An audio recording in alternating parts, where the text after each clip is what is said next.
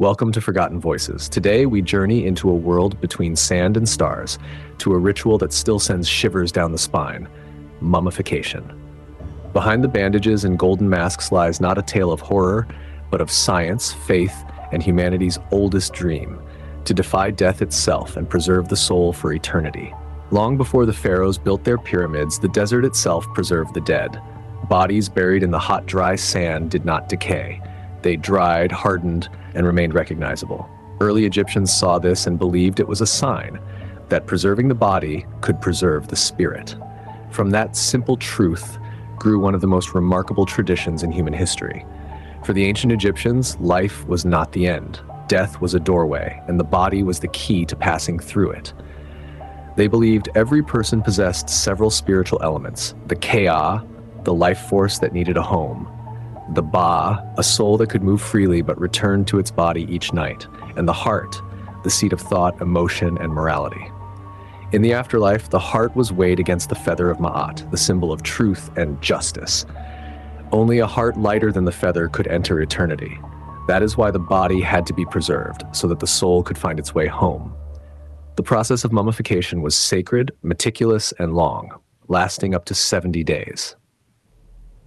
Embalmers, often priests, worked according to strict rituals.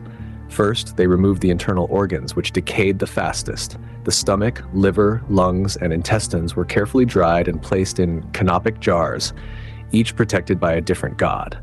Strangely, the brain was pulled out through the nose and discarded, because Egyptians believed the heart, not the brain, was the center of thought and reason. Next came drying the body with natron, a natural salt found along the Nile. For 40 days, it absorbed every drop of moisture. Then the skin was anointed with oils and resins to make it supple and fragrant. Layer after layer of linen wrapped the body, sometimes hundreds of meters in total.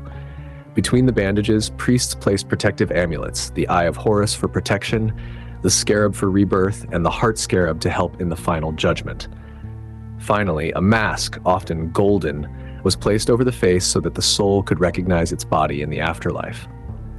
The burial was just as symbolic. By the time of the New Kingdom, the Great Pyramids were a thing of the past. Pharaohs and nobles chose the hidden tombs of the Valley of the Kings, carved deep into the rock, painted with sacred spells, and filled with treasures for the next world. Before sealing the tomb, priests performed the opening of the mouth ceremony, touching the mummy's lips and eyes so that the deceased could eat, drink, and speak again in the world beyond. For the living, it was farewell. For the dead, a beginning. Over the centuries, myths surrounded these resting places, none more famous than the so-called Curse of the Pharaoh. When Tutankhamun's tomb was opened in 1922 and several people connected to the expedition later died, newspapers around the world spoke of a deadly curse. But the truth is far less supernatural. Ancient tombs harbored bacteria, toxic molds, and stale air. The real story was not about vengeance, but about preservation. Colors still bright after millennia, linen intact, inscriptions legible. These were not just tombs, they were messages. And Egypt was not alone in its quest to conquer decay. Across the world, other peoples found their own ways to preserve the dead.